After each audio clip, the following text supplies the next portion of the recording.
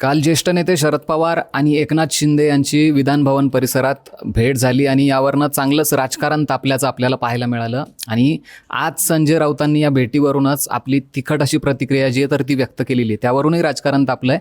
या संदर्भात आज मी तुम्हाला सविस्तर सांगणार आहे.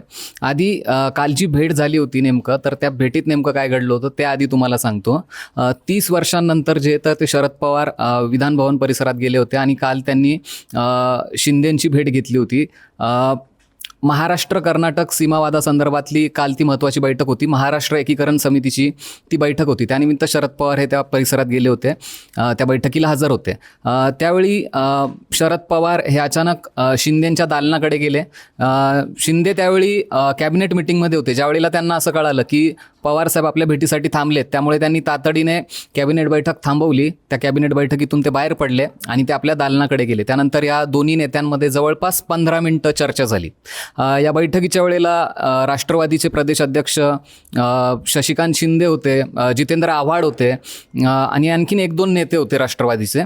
त्यानंतर या नेत्यांमध्ये 15 मिनिटं काय बैठक झाली, काय चर्चा झाली ही जरी बाहेर आली नसली तरी या भेटीची चर्चा चांगलीच रंगली. माध्यमांमध्ये दिवसभर या भेटीचं वार्तांकन आपण पाहिलं की आपल्यापर्यंत या चर्चा पोहोचतच होत्या.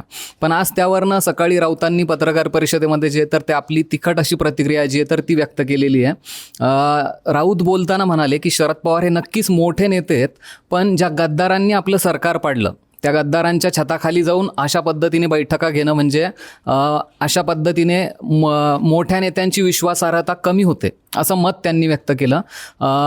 त्यामुळे या भेटीमुळे कुठेतरी आपण दुखावलोय हे त्यांनी स्पष्ट केलं या बैठकीमध्ये.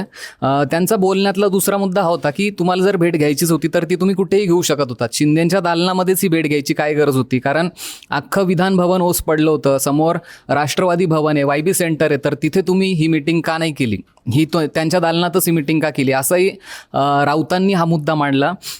म्हणजे आपण पाहिलं तर अत्यंत कठोरपणे राऊतांनी एक प्रकारे पवारांवर टीकाच केली, एक प्रकारे त्यांना लक्ष केल्याचं आपल्याला पाहायला मिळालं. दुसरीकडे आता बऱ्याच नेत्यांनी यावर प्रतिक्रियाही दिली आहे. तर राष्ट्रवादीचेच नेते शशिकांत शिंदे यांनी या सगळ्या प्रकरणाचं एकंदरीत खापर हे माध्यमांवर फोडलं आहे की माध्यमांनी कोणत्या अँगलने बातम्या दाखवायला पाहिजे, तर याचा परत एकदा अवलोकन करायला पाहिजे असं त्यांचं म्हणणं होतं. एकंदरीतच त्यांनी या भेटीचं खापर जे तर ते माध्यमांवर फोडलं आहे. तर अनेक नेत्यांनी आता या संदर्भात आपापल्या प्रतिक्रिया ज्या आहेत तर त्या व्यक्त केलेल्या आहेत. दुसरीकडे आपण पाहिलं की 2च दिवसांपूर्वी शरद पवारांची राष्ट्रवादी ही सत्तेत सहभागी होणार अशी चर्चा केली जात होती. त्यामुळे एकंदरीतच या सगळ्या चर्चांमधून आणि या सगळ्या घडामोडींमधूनच राऊतांनी संतप्त होऊन ही प्रतिक्रिया व्यक्त केली आहे का अशी चर्चा आता रंगलेली आहे. त्यामुळे आता या एकंदरीतच राऊतांच्या नाराजी नाट्यावरून आता महाविकास आघाडीमध्ये बिघाडी झाली आहे का असा प्रश्नही उपस्थित केला जातोय. या सगळ्या प्रकरणावर आता येत्या काळात काय घडामोडी घडतील, काही या पक्षांमध्ये बेबनाव पाहायला मिळू शकतो का, तर हे आता येत्या काळात आपल्याला कळेलच. पण यावर तुमच्या काय प्रतिक्रिया आहेत त्या आम्हाला कमेंटमध्ये नक्की कळवा. आणि अशाच घडामोडी जर तुम्हाला जाणून घ्यायच्या असतील तर सरकारनं आम्हाला सबस्क्राईब करायला विसरू नका.